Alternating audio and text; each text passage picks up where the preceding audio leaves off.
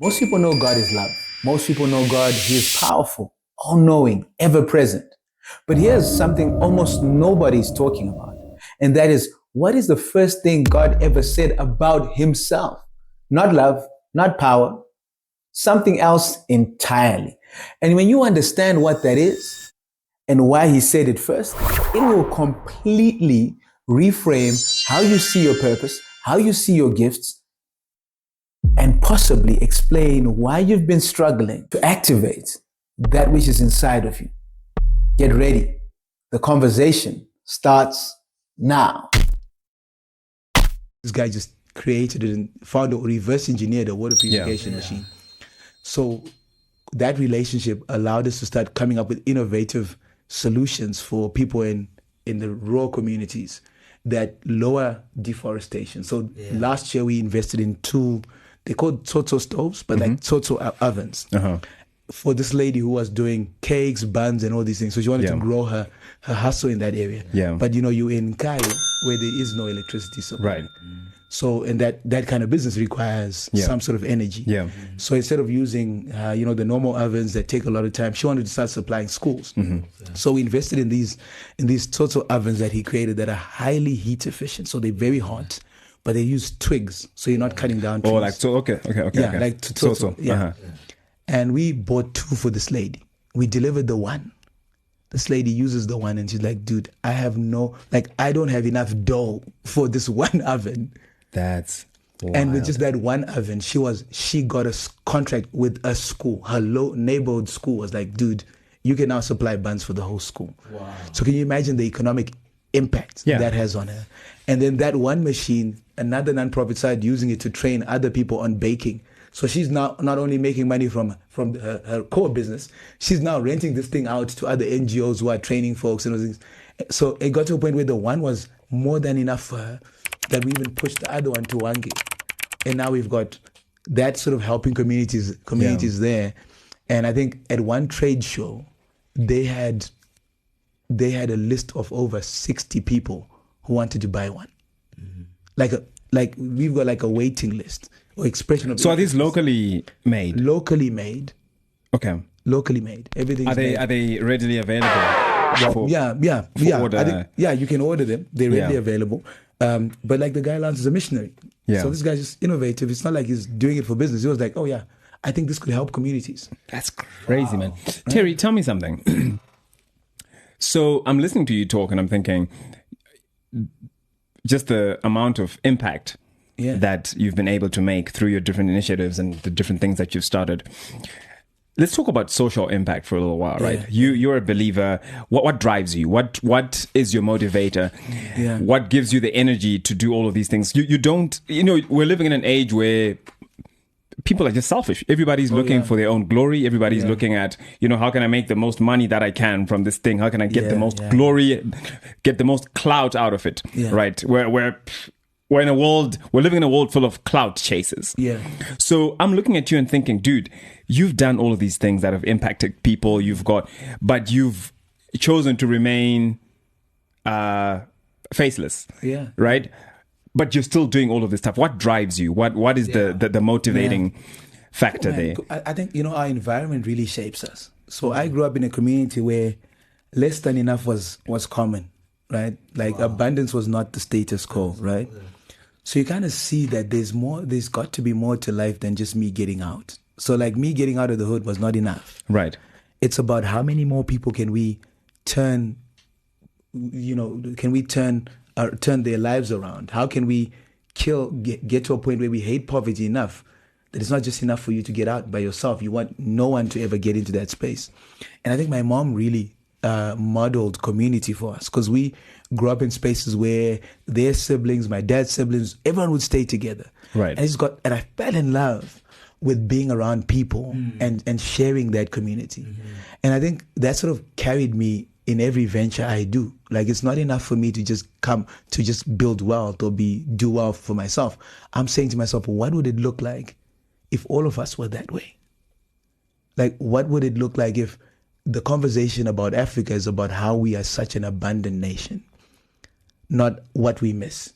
And I think as the deeper I've gotten into the word, the more I've began to realize that there's a plan, and a lot of us are missing that plan. And I think it's up to us to, and I've taken it upon myself to say, look, I love to teach. I love to see. I see the best in people. Like, I think it's worked to my advantage, worked to my disadvantage. So I've always asked myself, what would it look like if we brought out the best in someone? Because it's also like, because I've seen the model where you try and be the savior of everyone. You're the one who's doing very well. It's exhausting. It's like the donor model doesn't work. If I get exhausted, but what would it look like if I allowed someone to build their bank of beliefs, right? That they could actually change their own situation. Yeah. That reduces the amount of pressure we put on ourselves, so that everyone sort of starts to win. And like and like I was talking to Keith, I think when you start reading the Bible slowly, bro, you start saying, yeah. So I think for me, Genesis 1 is like, that's become the mantra. Yeah. Like when I look at it, I'm like, because there's a lot of stuff. I don't know if have you ever felt that people expect success to be easy? Where did we get that belief system? I don't think there's a basis for that belief system. Right. But everyone says, no, it's hard. I can't do it. It's hard. But who told you it was ever supposed to be easy? Yeah. Right. So because we quickly, the moment it gets hard, we move away. We stay consumers and never producers. Wow. Yeah. But the people who push, like if you look at everyone, even the guys who've come and colonized this, they had to do a hard thing of crossing oceans and seas and all these things. Correct. But for some reason, they didn't share that manuscript with us when they arrived. That, look, dude, this is not easy. Yeah. Right. But they've built a system where they've made us into consumers and made us believe that we can't do anything except buy from someone else who's better than us, and allowed us to even get used to this race economics where a particular color equals success and achievement and intelligence. You get what I'm saying? Yeah. But when you go back to the manuscript, you start realizing that if you let me ask you guys a question then. Like, what is the first thing that God tells us about himself? And it got really quiet, right? What do you guys think? Oh, when we're in church, when someone says God is, what usually comes? Love. Good, right? Yeah. God is love, and God is omnipotent. You are good, and all these things. Yeah. But that's not the first thing he says about himself. And there's this principle I came across called the law of first mention. And I strongly suspect that's where the idea of first impressions mattering comes from. Yeah. And that's the whole idea. The law of first mention means, if I'm talking to you, the first thing that comes out of my mouth is the most important thing in that moment, because that's what, it's like my pitch that allows the conversation to keep going. Right. Or that's supposed to get your interest, right? Yes. So that says that the first thing, the first thing God says to us is the most important thing we need to know, because once we know that foundational truth, that's going to keep us interested in discovering other foundational truths that he's got in store for us. Yeah. So the first thing he says is probably one of the most important things he'll say. And when you go to Genesis, the first thing God says in the beginning, I created. So the first thing God wanted us to know about himself is that I am creative. Right. I am creative. That's the first thing. And I don't see too many spaces where that is spoken of as the first thing. Why does he tell us that? He tells us that because he's setting us up. Yeah.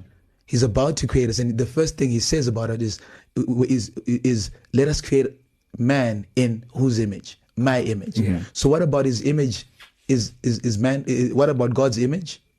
Is he putting in man? His creativity. Yeah. So the first thing he wants each and every one of us to know is you are creative. Yeah. Right? And the first thing he then tells us to do as man is be fruitful. What does it mean to be a fruit? A fruit is a living organism whose seed is in itself.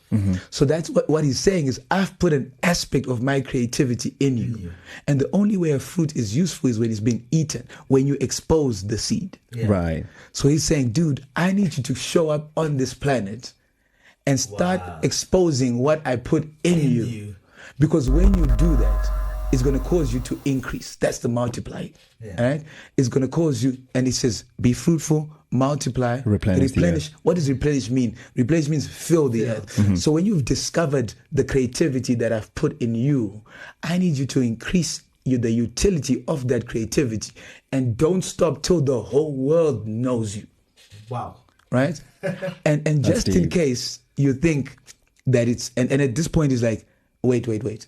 I'm telling these guys this story, But I need to let them know that the moment you get into that zone, trouble's coming. Yeah. Because the next thing he says is subdue it. Like everything is flower. It's like be, do, and you have to subdue it. I'm like, what's up with the violence? Right? And what is wanting to say is that the moment you know who you are and begin to walk in what I called you to walk in, what's going to show up are the haters. Wow. They are going to come and want to disrupt you, because the moment you say, I am this, the moment you express your intention for change, disruption is going to follow.